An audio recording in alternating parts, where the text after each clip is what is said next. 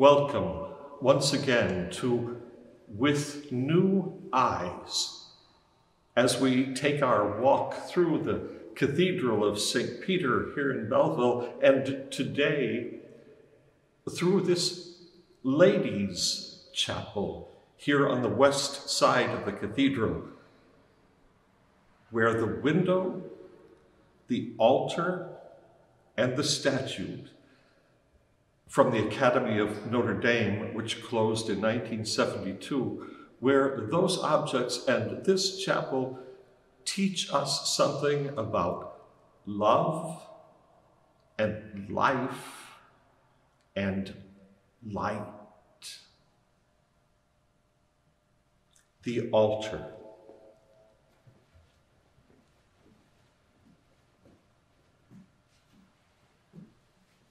Many great cathedrals have Ladies' Chapel. The cathedrals around the world, from ancient times, Virgo Maria in Latin, the Lady of Guadalupe in Latin America, La Madonna in Italy, the Jungfrau Maria in Germany, Notre Dame in France.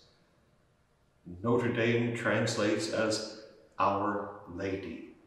These chapels in Catholic cathedrals are known primarily from the English as lady chapels.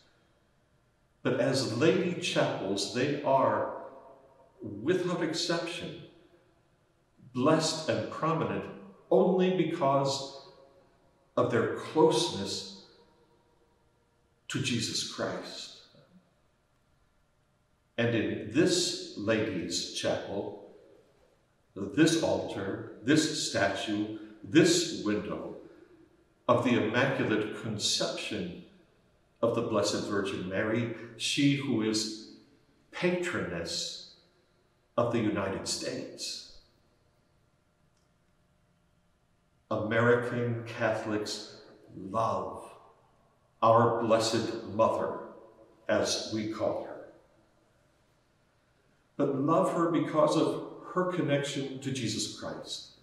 As one of the ancient hymns, ancient songs of the Church says, Mary the dawn, Christ the perfect day, Mary the font, Christ the cleansing flood, Mary the vessel, Christ the saving blood, Mary the temple, but Christ the temple's Lord, Mary the shrine, Christ the God adored. All over the world, Christians have throughout the centuries loved Our Lady. Maybe that's why this chapel of love becomes very important during weddings. Near the end of the wedding mass, most often, the bride and the groom take their first steps together as husband and wife. They leave the altar where they have exchanged vows, and they make this short walk to this West Chapel in the sight of their families and their friends.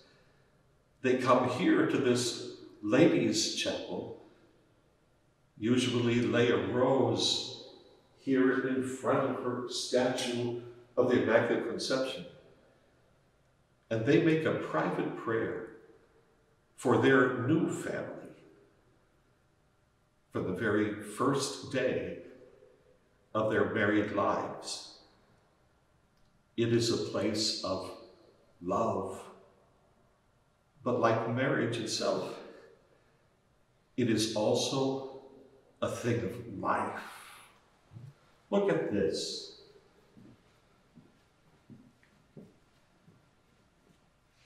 This window, again from the Academy, moved here in 1972, this window shows her the purest of virgins. She who brought forth the Son, Jesus Christ, the Son of God. He, the innocent Lamb who takes away the sins of the world. An interesting detail in this magnificent window of Marian, of the angels, of the crown, of the lily, the sign of her purity. Down at the bottom, a very small figure, there is the old man Noah. Noah in his ark. It's because, and windows often show us the Old Testament and the New Testament, it's because Noah's ark was the vessel through which God saved the world from the sin that had enveloped it after the creation. That is the Old Testament. And in the New Testament, Mary becomes the ark of the new covenant, the vessel through whom the Son of God, Jesus Christ, is made man, who saves the world from sin and death. The ark is a sign of Mary, who carries Jesus Christ to us. She is the mother of life.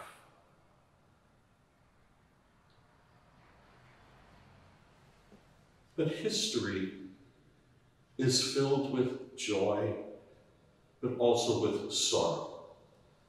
The reason that this Lady Chapel to the Immaculate Conception is right here in this place, in this cathedral, is that just outside this window, back in the year 1884, there was the first Catholic school, we might say, an institute for girls, an institute called the Immaculate Conception, a boarding school run by the School Sisters of Notre Dame since the 1850s, where young ladies would learn the arts, languages, music.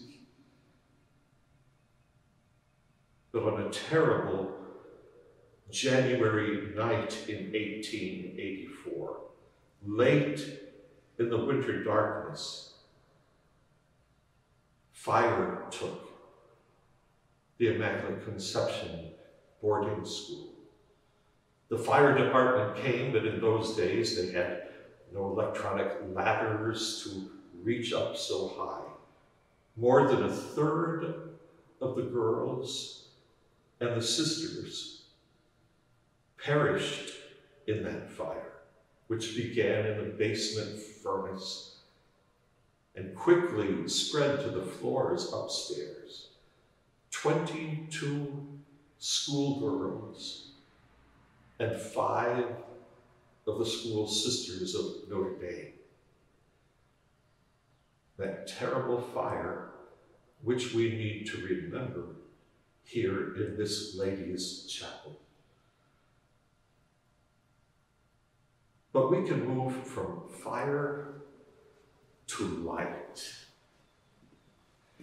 Candles from ancient times, from the Jewish liturgical celebrations, to the catacombs, to the tombs of the saints, to the lamps that were lighted by the early Christians, for Christ who says, "I am the light of the world," never to be extinguished, a great Easter light.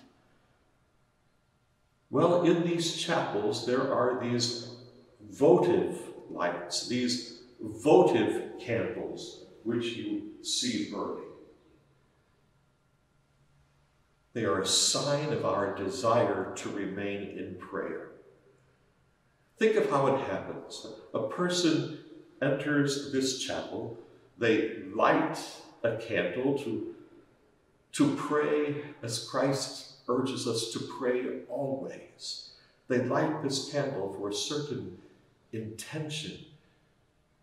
But then they must leave the chapel and go on with their day. The candle, however, remains burning as a sign that their prayer intention also remains burning in their hearts. And then to think about it, they leave, someone else comes in and lights another candle for different intention, a different person, different reason, for health, for success in work or school, in thanksgiving for gifts received. But when that person walks into the chapel, they see the other candles already burning. So many prayers being offered that they are no longer just individual candles, but all together they are the prayers of God's people, continuing day and night in the light of Jesus Christ. And so this ladies' chapel is radiant in love, in life, and in light. So I hope and pray that you will see in this ladies' chapel, see her Son, Jesus Christ, with new eyes.